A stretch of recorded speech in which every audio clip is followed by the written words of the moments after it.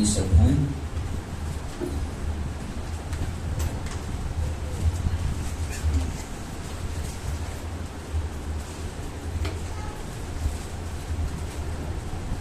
उनतीस से 40, लूका का 19 अध्याय 29 से 40।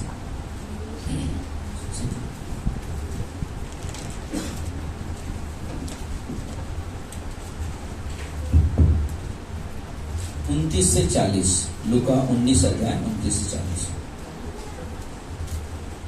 तब भीड़ में से कुछ फरीसी उससे कहने लगे, हे गुरु, अपने चेलों को डांट। उसने उत्तर दिया, मैं तुमसे कहता हूँ, यदि ये चुप रहे तो पत्थर चलो। 29 से 40 उसी में पीछे।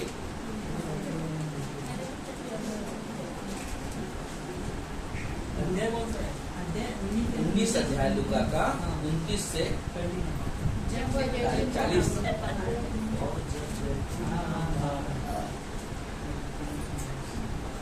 और वह जैतून नामक पहाड़ पर बैतफगे और बैतनिया के पास पहुंचा तो उसने अपने चेलों से 2 को ये कह के भेजा, सामने से गांव में जाओ और उनमें पहुंचते ही एक गधी का बच्चा जिस पर कभी कोई सवार नहीं हुआ बंधा हुआ तुम्हें मिलेगा, उसे खोलकर ले आओ। यदि कोई तुमसे पूछे कि क्यों खोलते हो तो ये कह देना कि प्रभु को इसका प्रयोजन है। जो भेजे गए थे उन्होंने जाकर जैसा उसने उससे कहा था वैसा ही पाया। जब वे गधे के बच्चे को खोल रहे थे तो उसके मालिकों ने उनसे पूछा, इस बच्चे को क्यों खोलते हो? उन्होंने कहा, प्रभु को इसका प्रयोजन है। वे उसको यीशु के पास ले आए और अपने कपड़े उस बच्चे पर डालकर यीशु को उस पर बैठा दिया। जब वह जा रहा था तो वे अपने कपड़े मार्ग में बिछाते जाते थे। निकट आते हुए जब वह जैतून पहाड़ की ढलान पर पहुंचा तो चेलों की सारी मंडली उन पर सामर्थ के कामों के कारण जो उन्होंने देखे से आनंदित होकर बड़े तप से परमेश्वर की स्तुति करने लगे। धन्य है वह राजा जो प्रभु के नाम से आता है, स्वर्ग में शांति और आकाश मंडल में महिमा हो। तब भीड़ में से कुछ फरीसी उससे कहने लगे, हे गुरु, अपने चेलों को डांट। उसने उत्तर दिया, मैं तुमसे कहता हूँ, यदि ये चुप रहे तो पत्थर चिल्ला उठेंगे। प्रिय परमेश्वर, प्रभु ईश्वर, हम धन्यवाद देते हैं आज की इस दिन के लिए। प्रभु जी, आपकी दया, आपके अनुग्रह के लिए हम आपको कोटि कोटि धन्यवाद देते हैं। प्रभु जी, आज की सभा की अगुवाई करें प्रभु यीशु के नाम से, आमीन। यीशु मसीह के लिए सबसे पहला चीज ना जो हमने देखा कि यीशु मसीह ने कहा कि गांव में जाओ, वहां पे गधे का बच्चा मिलेगा ना, उसमें अभी तक किसी ने बैठा नहीं, उसे खोल कर लेकर आना। अगर मालिक पूछता है तो क्यों लेकर जा रहे हो, तो बता देना कि प्रभु का इसे प्रयोजन हुआ है। तो हम देखते हैं, लेकिन उससे पहले हम एक उसकी भविष्यवाणी में जाएंगे कि यीशु मसीह के जन्म से पहले जकरिया नबी ने भविष्यवाणी की थी। और जकरिया के 9:9 में भविष्यवाणी की थी कि हे सियोन, बहुत मगन हो, हे यरूशलेम जय जयकार कर, क्योंकि तेरा राजा तेरे पास आएगा, वह धर्मी और उद्धार पाया हुआ है। वह दिन और गधे पर वरन गधी के बच्चे पर चढ़ा हुआ आएगा ना। तो बोलते कि यीशु मसीह के बारे में भविष्यवाणी की गई थी, को आएगा ना, वो आएगा, इसलिए तू मगन हो, आनंद माना, हे यरूशलेम जय जयकार कर। और जब हम लोग लूका के 19 अध्याय में हम लोग देखते हैं तो वही यरूशलेम के लोग, जब यीशु मसीह यरूशलेम में प्रवेश किया तो उनके हाथों में, बहुत सारे लोगों के हाथों में क्या था? कपड़े थे, चादर थे, ओढ़नी थे, चद्दर थे, साड़ियां थी।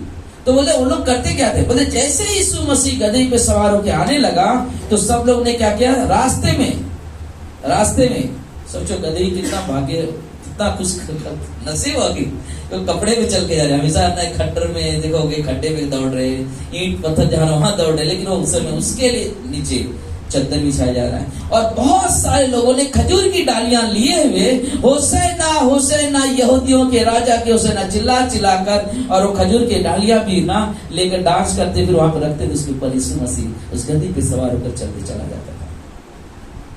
और कौन थे वो लोग जो चिल्ला रहे थे? कौन थे वो लोग जो जय जयकार कर रहे थे? होसैना का मतलब है कि हमें बचाया उसने। होसैना का मतलब उसने हमने बचाया। मतलब सब जय जयकार कर रहे, आराधना कर रहे, प्रशंसा कर रहे यहूदियों की राजा की होसैना ना। हम लोग देखते थे मत्ती के 2 में जब यीशु मसीह इस दुनिया में आया तो जब जन्म हुआ तो 3 ज्योतिषी भी ढूंढते हुए आए। तो भी किसको ढूंढ रहे थे? यहूदियों के राजा को। क्योंकि वो राजा था जो आकर शासन करने वाला नहीं था, वो आकर राज्य करने वाला नहीं था, लेकिन वो आकर हम पापियों को उद्धार करने के लिए, हमारे जीवन को नरक जाने से बचाने के लिए था। हालेलुया। हमारा वो परमेश्वर इसलिए इस दुनिया में आया। और लोग जब चिल्ला रहे थे तो उनके फरीसियों ने आके कहा कि हे गुरु, अपने शिष्यों को मना कर, चिल्लाना क्यों, डांट कर मना कर। सोचो, अब याद करो, यहाँ पे बैठे हुए लोग, आप सबके जीवन में कभी न कभी एक पल आया होगा जहां पे आप परमेश्वर को बहुत धन्यवाद दिया होगा, है ना? कहीं ना कहीं ये पल आया होगा, कोई ना कोई ऐसी समस्याओं से निकाला होगा परमेश्वर, जहां पे आप लोगों ने परमेश्वर को महिमा दिया होगा, परमेश्वर को धन्यवाद किया होगा, है ना? एक कोई बोलेगा तू चुप हो जाए, क्या चुप रहोगे? नहीं रह सकते। जो आदमी परमेश्वर के कार्य को देखा है अपने जीवन में, उसकी प्रशंसा करना कभी बंद नहीं कर सकता।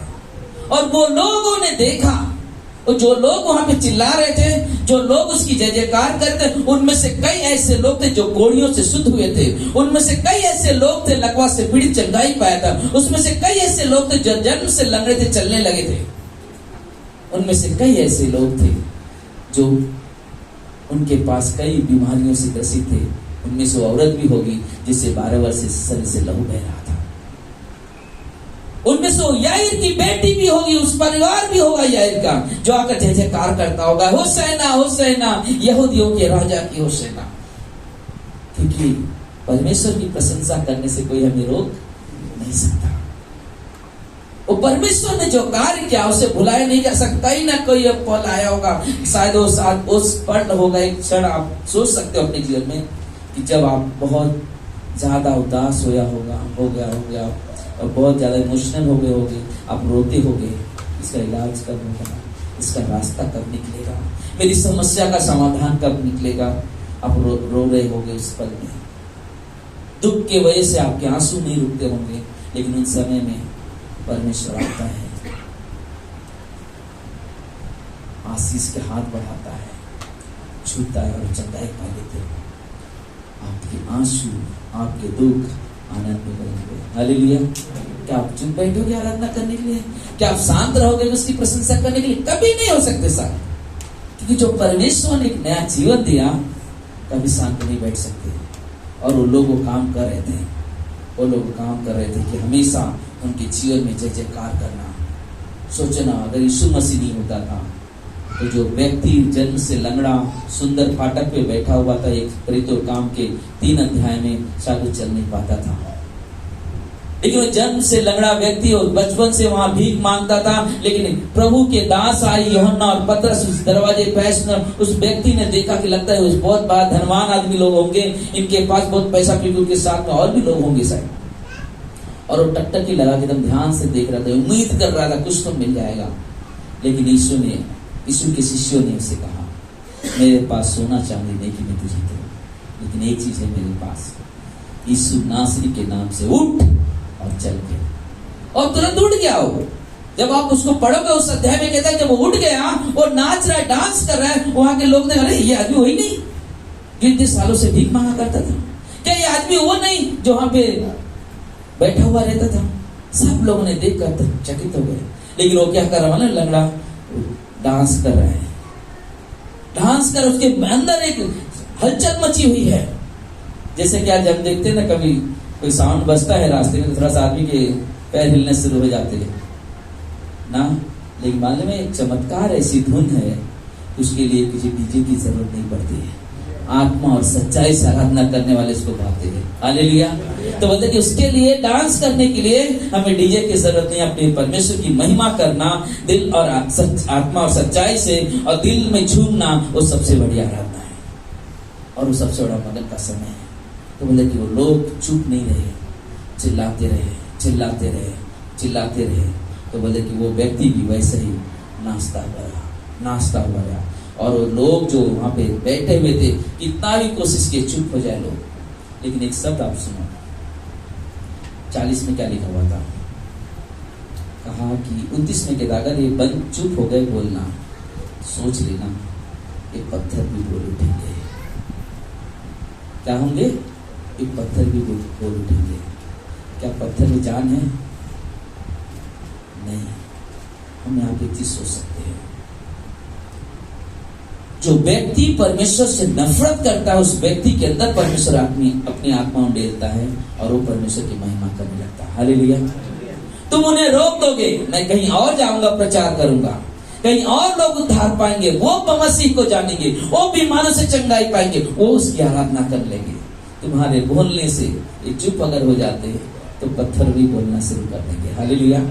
बल्कि आपको बोलने से ये लोग चुप नहीं हो सकते। जिनके जीवन में परमेश्वर ने काम किया है, जिनके जीवन में परमेश्वर ने चमत्कार किया, वो शांत कभी नहीं बैठेंगे।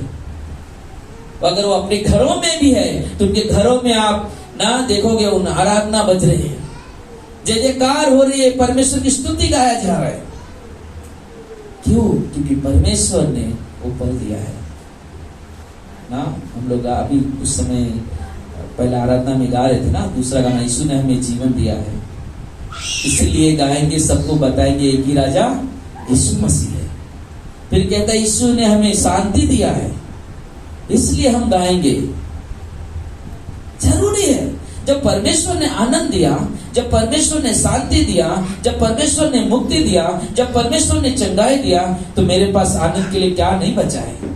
मेरा हर पल उसकी महिमा, उसकी आराधना के लिए। हालेलुया। बोले हम हमें कभी भी कोई रोक नहीं सकता उस परमेश्वर की महिमा, परमेश्वर की आराधना करने के लिए। लेकिन आपको अब एक और मुद्दे पर लेकर जाना चाहता हूं। 41 वचन में, 41 वचन, जब वह निकट आया तो नगर को देखकर रोया।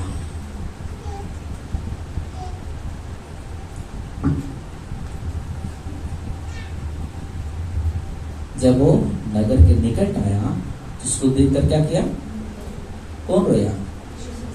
हाँ? कितने लोग विश्वास किया? यीशु मसीह ने। हम सब विश्वास करते, यीशु मसीह ने रोया। ठीक है, कारण क्या था?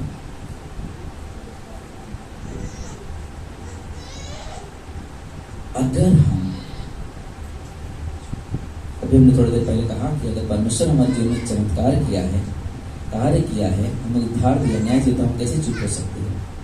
बोलते कि उन समय में जब जिस यरूशलेम के लोगों के ऊपर उसने नजर डाली, उन लोगों ने अपने जीवन में बहुत सारे सामर्थ्य के काम देखे, लेकिन उनके अंदर उस समय नहीं था, वो बल नहीं था, उस समय उनका मन भी नहीं था कि हम आकर परमेश्वर की आराधना करें, तो परमेश्वर की बढ़ाई करें। परमेश्वर उनके जीवन को देख रहा है, कैसी उनकी परिस्थितियां हैं। उनके जीवन में चमत्कार हुआ, लेकिन उन्होंने उसको सराहा नहीं, लेकिन वो अपने संसार में डूबे हुए हैं, संसार में डूबे हुए हैं। हम कभी कभी सोचते हैं क्या कारण है कि यीशु मसीह रोया? यीशु मसीह कौन था? परमेश्वर है ना, परमेश्वर था। परमेश्वर क्यों रो रहा है? हमें से कोई ऐसे है माँ बाप कभी रोया रहेगा अपनी संतानों के लिए, या अपने माँ बाप के लिए कोई बच्चा रोया होगा? कुछ तो कारण होगा। और एक सिंपल और करके बताता हूँ बाबा, छोटा और साधारण करके बताता हूँ। आप अपने बच्चे को पाल पोस रहे हो, हर तरह से उसका ध्यान रख रहे हो, सब कुछ अच्छा करके दे रहे हो, जो चाहिए ला के दे रहे हो, सब कुछ पूरा कर रहे हो, और उसके अंदर बस सब कुछ मिल रहा है और आनंद कर रहा है। और बाद में वो क्या कर रहा है मालूम? जैसे जैसे बड़ा हो गया, अब उसने आपको पहचानना बंद कर दिया। क्या आप आनंद मनाओगे क्या ऐसे समय में? हाँ? नहीं मना सकते। आप दुखी हो गए अपने अंदर, दुखी हो गए अपने अंदर। हर जरूरत मैंने पूरा किया, मेरा बेटा आज मेरी तरफ ध्यान नहीं दे रहा है, दुखी हो गया। यीशु मसीह जब परमेश्वर होकर सोचो रो रहे थे, उसके अंदर कितना बड़ा दुख हुआ कि वो लोग के लोगों को देखकर होता है, क्योंकि उन्होंने परमेश्वर के चमत्कार को देखा लेकिन उस पर अमल नहीं किया अपने जीवन में, ना तो उसकी प्रशंसा के लिए कभी खड़े हुए, लेकिन उल्टा वो मालूम है संसार में आज कई सारे विश्वासी हैं ऐसे, कहते हैं हम विश्वास में लेकिन उनका जीवन संसार के जैसा है। और परमेश्वर ऐसी परिस्थितियों को देखकर वहां पे रो रहा है कि लोग कोई भी सुनने वाले नहीं है। वहां पे पढ़ते हम लोग, देखो क्या लिखा हुआ है, क्या ही भला होता कि तू ही इन दिनों में कुशल की बातें जानता, परंतु अब वे मेरी आंखों से छिप गई है, क्योंकि वे दिन तुझ पर आएंगे कि तेरे बैरी मोर्चा बांध कर तुझे घेर लेंगे और चारों ओर से तुझ पर दबाएंगे। आज के दिन तेरे पास वो अवसर होना चाहिए था कि तू आकर जय जयकार करता, तू भी आकर कहता होशैना यहूदियों के राजा की होशैना, लेकिन तू संसार में व्यस्त है। तुम सबने देखा है लेकिन अपने आप में व्यस्त है ना, अपने आप में व्यस्त है। बोलता है कि आप तुम्हारे जीवन में ऐसे पल आएंगे कि तुम्हारी तरफ से मन में पूरी तरह से दुश्मन तुम्हें घेर लेंगे, क्योंकि तुम्हारे जीवन में छुटकारा मिला लेकिन वो छुटकारे को तुमने पहचाना नहीं, आज तुम्हारे जीवन में जो समस्या आई है वो इस समस्या जो आने वाली है वो कहीं उससे बढ़कर होगी।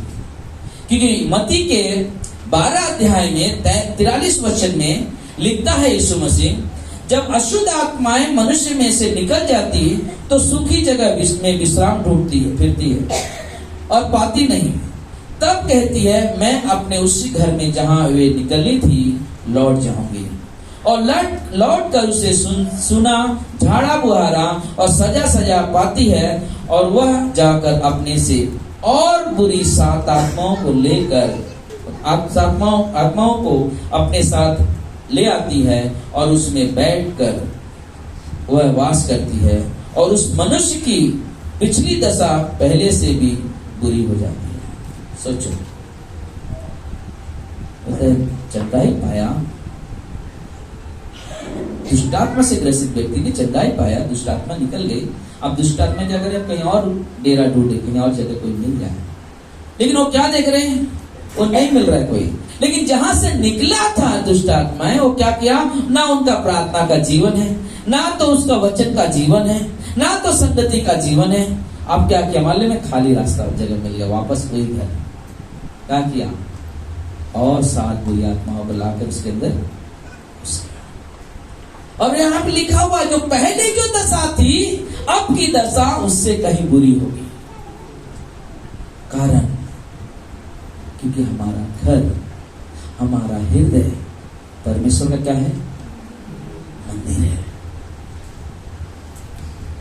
अब चर्च में कभी देखा रहेगा, अगर हम संडे आते हैं, क्या यहाँ पे सब गंदगी भरा हुआ रहता है? यहाँ पे क्या, यहाँ पे सब कुछ भी फेंका हुआ रहता है? यहाँ पे साफ रखते हैं। किस लिए? क्योंकि परमेश्वर का भवन है, परमेश्वर की आराधना होने वाली है। साफ रखना, उसको सजाना, क्या कर सके। और हम देखते हैं संजू, बबलू, भाई ओमकार, वो लोग आते हैं 3 बजे, क्लास रहता था 3 बजे, क्लास रहता 4 बजे, आकर ये सब करते हैं साफ साफ। किस लिए? यहाँ प्रभु की सभा होने वाली है, यहाँ पे परमेश्वर की आराधना होने वाली है। आकर सारे तैयारी करना, क्योंकि परमेश्वर का भवन है, यहाँ पे परमेश्वर के वचन सुनाए जाएंगे। अगर सोचो यही सारी चीजें ना हो, वचन ना हो, तो कलीसिया नहीं हो सकती, ये परमेश्वर का भवन नहीं हो सकता। क्योंकि बाकी दिन जो 6 दिन होता है, बाकी दिन भवन परमेश्वर का भवन नहीं रहता है, क्योंकि यहाँ पे परमेश्वर की महिमा नहीं होती है। लेकिन जिस समय परमेश्वर की महिमा होती है, उस समय परमेश्वर की उपस्थिति होती है। हालेलुया। बोले कि हमारा जब जीवन भी है, हमारा जो हृदय है, जब हमारे हृदय में वो वचन नहीं है, वो संगति नहीं है, वो प्रार्थना का जीवन नहीं है, वो परमेश्वर का भवन नहीं हो सकता। और वैसे ही वो दुष्टात्माओं ने जब देखा ये प्रार्थना का घर नहीं है, ये वचन का घर नहीं है, ये संगति का घर नहीं है, तो बोलते कि आप मेरे लिए तो बहुत अच्छा व्यवस्था मिल गया। बोलते कि जो और भी जो किसी और में से निकले हुए घूम रहे थे, बोले उनको बोला चल आज मेरे साथ घर मिला, चल आके उनके साथ वास करना। आप हमेशा याद रखना अपने जीवन में, आप अपने शरीर के जो आपका हृदय जो परमेश्वर का मंदिर है, खाली मत कर रहे दो, कभी भी उससे खाली मत रहने दो। शैतान का काम है भरमाना। हमें उस बातों की तरफ ध्यान नहीं देना है। हमें परमेश्वर का वचन क्या सिखाता है, परमेश्वर का वचन, यीशु मसीह, इसलिए उनको देखकर और सब कुछ देखा उनके जीवन में। लेकिन आज क्या करें पुरानी दुनिया में, बोलते आप जब प्रभु पे विश्वास किया ना, कभी पीछे जाने की कोशिश मत करो। और ये वचन सच्चाई है। अगर आप जो दुख से आए इस कलीसिया में छुटकारा पाए हो, अगर आप सोचोगे छोड़ के फिर वापस पुरानी दुनिया में चले जाओ, मैं 100% कहता हूँ ये परमेश्वर का वचन साक्षी है, उससे जो बुराई से जिस दुख से आप आए थे, उससे कई गुना दुख आपके बढ़ जाएंगे। और ये सच्चाई है। वो आंसू उस समय तो परमेश्वर ने पोंछ दिया, लेकिन अब उस समय ऐसा हो गया, हमारे अंदर गिल्टी महसूस होगा, मेरी आंसुओं को कौन पोंछेगा।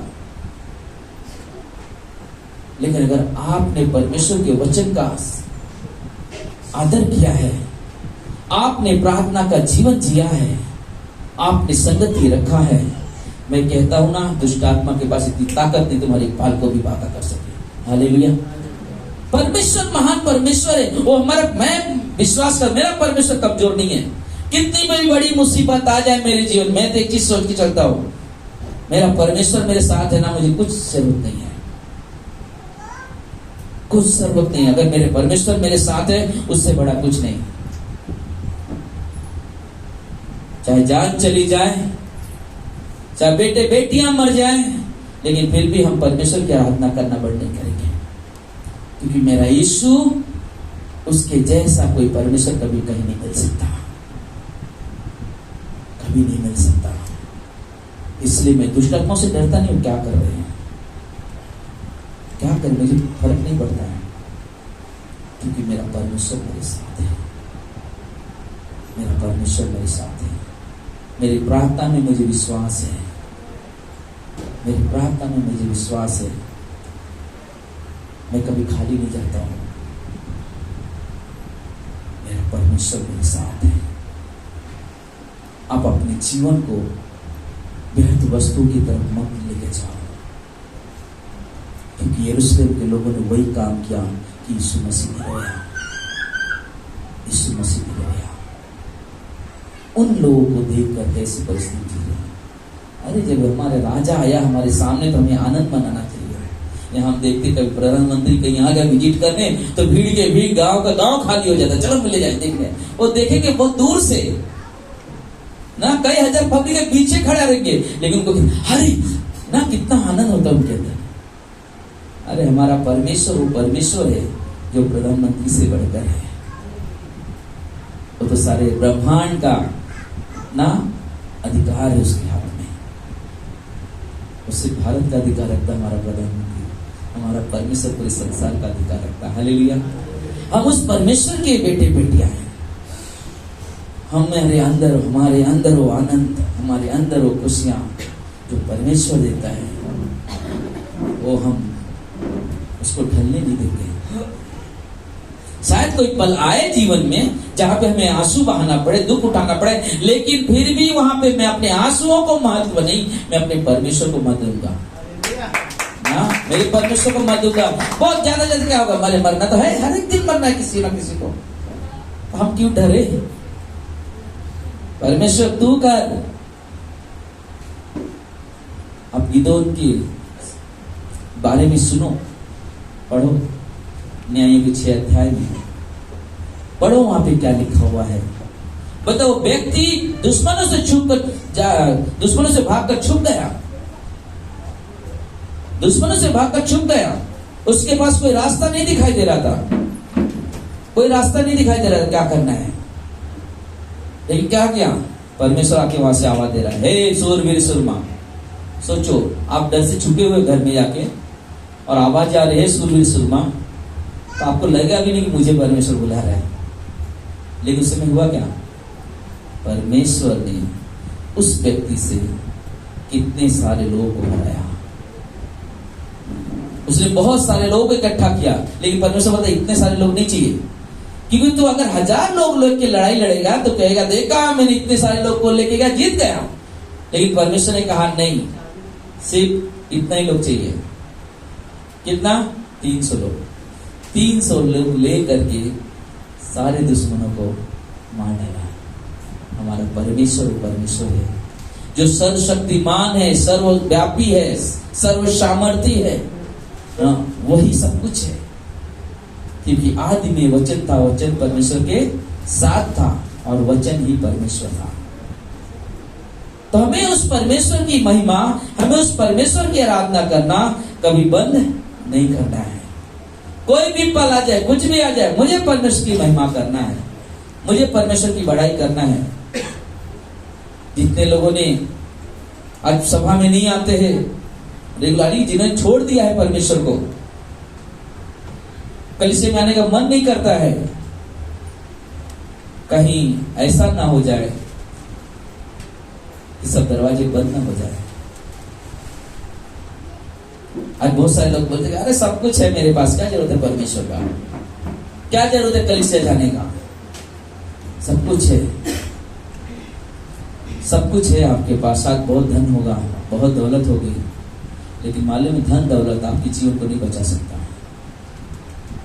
कि डॉक्टर के पास जाओगे, डॉक्टर भी एक बार बोल देगा सॉरी कुछ नहीं कर सका। कोई बाबा के पास जाओगे, वो भी बोल देगा पैसा वसूल लेगा, लेकिन बस बोल देगा कुछ नहीं कर सकता। क्योंकि मालूम है एक टीवी को जिसने बनाया है, अगर आपकी टीवी खराब हो गई उसके पास जाएगी तो सही बन के आएगी।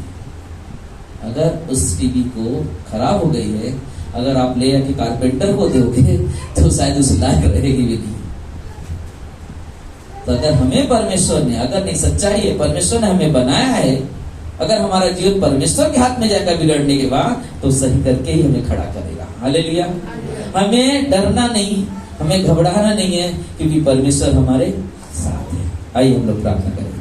प्रिय परमेश्वर, प्रभु हम धन्यवाद देते हैं, सारा आदर, सारा महिमा, सारा गौरव आपको देते हैं मेरे महान परमेश्वर।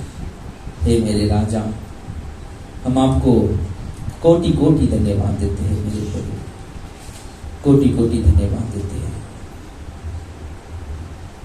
आपके जैसा कोई नहीं, आपके जैसा कोई नहीं। तू ही मार्ग है, तू ही सत्य है, तू ही जीवन है मेरे प्रभु। हे मेरे यीशु राजा, हमारी प्रार्थना है यहाँ पे आए हर एक बेटे बेटियों को प्रभु, हर एक परिवारों को आपके हाथों में देते हैं परमेश्वर।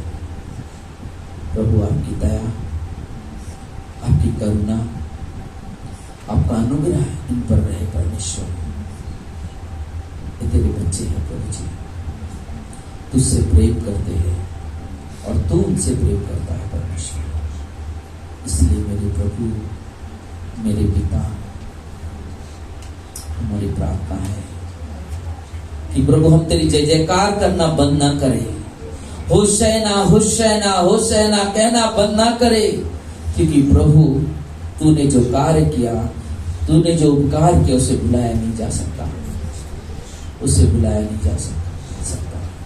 क्योंकि प्रभु एक पल था, एक समय था जब हमारे आंसू रुकते नहीं थे, जब एक पल था हमारे जीवन में उस बीमारी का कोई इलाज नहीं था, एक पल था हमारे जीवन में कोई साथ खड़े रहने को तैयार नहीं था।